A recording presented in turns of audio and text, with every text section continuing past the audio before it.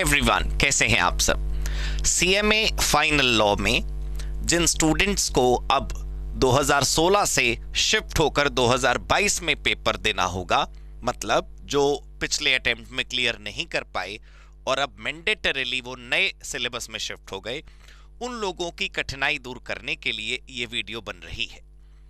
इसको देखकर आप समझ पाएंगे कि CMA final law paper number 13 में अब नए सिलेबस में क्या क्या चीजें ऐड हो गई हैं और क्या क्या चीजें लेस हो गई हैं, मतलब क्या एक्स्ट्रा पढ़ना है और क्या पुराना वाला काट कर हटा देना है।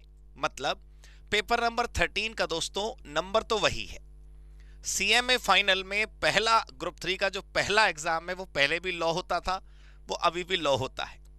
तो पहला पेपर 13 का जो अपना सीरियल नंबर है वो मेंटेन्ड है।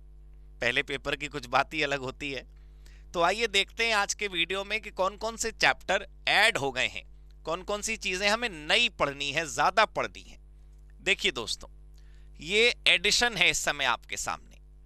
क्या क्या एडिशन हो गए। पहला, पर्सनल इंसॉल्वेंसी, ये आईबीसी 2016 का पार्ट है। इंसॉल्वेंसी बैंक्रप्सी कोड में दोस्तों ओल्ड कोर्स में केवल कॉर्पोरेट इंसॉल्वेंसी थी। अगर आप पुराना बुक का इंडेक्स पढ़ेंगे तो वहां पर लिखा हुआ है इंसॉल्वेंसी ऑफ कॉर्पोरेट डेटर, लेकिन पर्सनल इंसॉल्वेंसी भी नए कोर्स में एडेड है। सेबी टेकओवर कोड, मतलब ये सेबी का पार्ट है। सेबी टेकओवर कोड पहले ओल्ड सिलेबस में नहीं था, अब आपको पढ़ना है। ये दो नए चैप्टर, बिल्कुल नए चैप्टर ऐड हुए हैं। MSME, micro small and medium enterprises, और साइबर लॉ, ये बिल्कुल नए चैप्टर है। जैसे ये पिछले दो चीजें तो एक एग्जिस्टिंग चैप्टर का हिस्सा हैं, लेकिन ये दो बिल्कुल नए चैप्टर ऐड हुए हैं। उसके बाद रोल ऑफ आरबीआई, आपको याद होगा आप एक बैंकिंग रेगुलेशन करके चैप्टर पढ़ते थे। उस बैंकिंग रेगुलेशन के अंदर एक टॉपिक ऐड हुआ है जिसका नाम है रोल ऑफ आरबीआई। काफी थोड़ा सिग्निफिकेंट साइज का है, लगभग 1.5-2 पेजेस का। तो वो रिजर्व बैंक ऑफ इंडिया का रोल आप पढ़ लीजिएगा, क्या पता इस पर कोई क्वेश्चन बन जाए। ये फेमा दोस्तों पहले भी था, लेकिन फेमा के अंदर ये दो चीजें थोड़ा डिटेल में इस बार सिलेबस में हैं। एक तो FDI regulations, foreign direct investment के क्या रूल्स हैं, वो फेमा के अंदर है। और दूसरा ईसीबी, एक्सटर्नल कमर्शियल बोरोइंग की थ्योरी भी ऐड हुई है। तो जो फेमा आप पढ़ते थे वो एज इट इज है, बस इन दोनों चीजों पर थोड़ा ध्यान एडिशनल आपने देना है। उसके बाद सीएसआर, कॉर्पोरेट सोशल रिस्पॉन्सिबिलिटी नाम से जो चैप्टर था, उस चैप्टर के अंदर एक नई चीज आपने पढ़नी है, सस्टेनेबिलिटी मैनेजमेंट। पहले भी सस्टेनेबल कॉर्पोरेट गवर्नेंस करके चीज होती थी, सस्टेनेबल डेवलपमेंट करके एक हेडिंग होती थी, लेकिन इस बार थोड़ी सी बड़ी है। तो सस्टेनेबिलिटी मैनेजमेंट आप इंडेक्स में देखेंगे, आपको दिख जाएगा। ये आपको एडिशनल चीजें पढ़नी है। तो समझ आया, टोटल 7 चीजें हैं।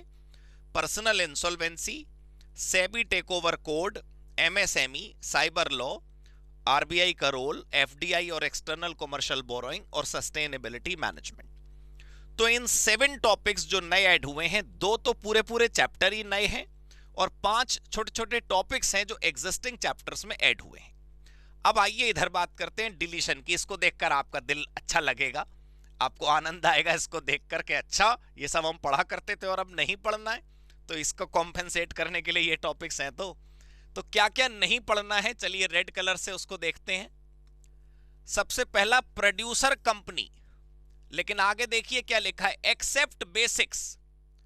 मतलब प्रोड्यूसर कंपनी के कुछ बेसिक चीजें कि प्रोड्यूसर कंपनी किसे कहते हैं, किस लिए बनाई जाती है, ये तो फाइनल के स्टूडेंट को दोस्तों पता होना चाहिए। कोर्स में होता या नहीं होता से क्या मतलब है। आप सीएमए फाइनल में हैं, कल को आपके सिग्नेचर चला करेंगे मार्केट में, आप क्वालिफाइड कॉस्ट अकाउंटेंट हो जाएंगे और बच्चों को प्रोड्यूसर कंपनी का मतलब नहीं पता। तो मतलब मिस मत करिएगा। आपके कोर्स में पहले चैप्टर में टाइप ऑफ कंपनीज तो है ना, तो उसमें प्रोड्यूसर कंपनी का कैटेगरी की लिस्ट में मतलब आपको पता होना चाहिए।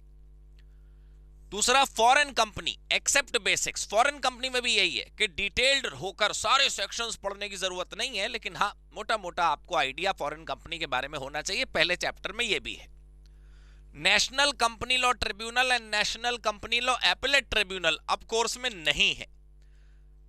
एनसीएलटी और एनसीएलएटी अब सिलेबस में नहीं है दोस्तों। ऑफेंसेस एंड पेनल्टीज ये सिलेबस में नहीं है। वाइंडिंग अप कोर्स में नहीं है दोस्तों। सेबी का एक हिस्सा होता है एससीआरए, सिक्योरिटीज कॉन्ट्रैक्ट रेगुलेशन एक्ट 1956। ये कट चुका, अब सेबी थोड़ी हल्की होली, लेकिन उधर टेक ओवर कोड जुड़ गया। कॉर्पोरेट गवर्नेंस में एक टॉपिक है दोस्तों, स्टेट ओन्ड बिजनेस के अंदर, मतलब सरकारी संस्थाओं के अंदर कॉर्पोरेट गवर्नेंस कैसे लाई जाए, वो आपने नहीं पढ़ना। और सीएसआर में दो चीजें, सीएसआर के चैप्टर में दो चीजें, एक तो एनवीजी, जानते हो क्या होता है एनवीजी, नेशनल वॉलंटरी गाइडलाइंस, वो नहीं पढ़नी आपने।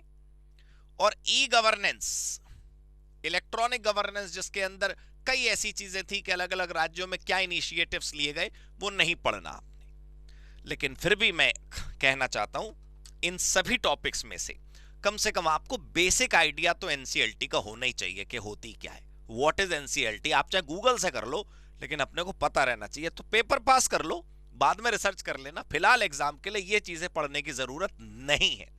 सीजीसीएसआर में ध्यान रखना कि सीजीसीएसआर पहले भी थी, सीजीसीएसआर अब भी है। पहले सीजीसीएसआर दो अलग अलग चैप्टर्स थे, अब सीजीसीएसआर एक ही चैप्टर से। तो ऑब्वियसली कुछ चीजों को कटना था, तो ये चीजें कट गई। कुल मिला के 8 चीजें हैं जो कट गई हैं, अब नहीं पढ़नी है, और कुल मिला के 7 चीजें हैं जो अब पढ़नी है, पहले नहीं थी। ठीक है दोस्तों, तो उम्मीद है कि आपको ये सब कुछ समझ आया होगा।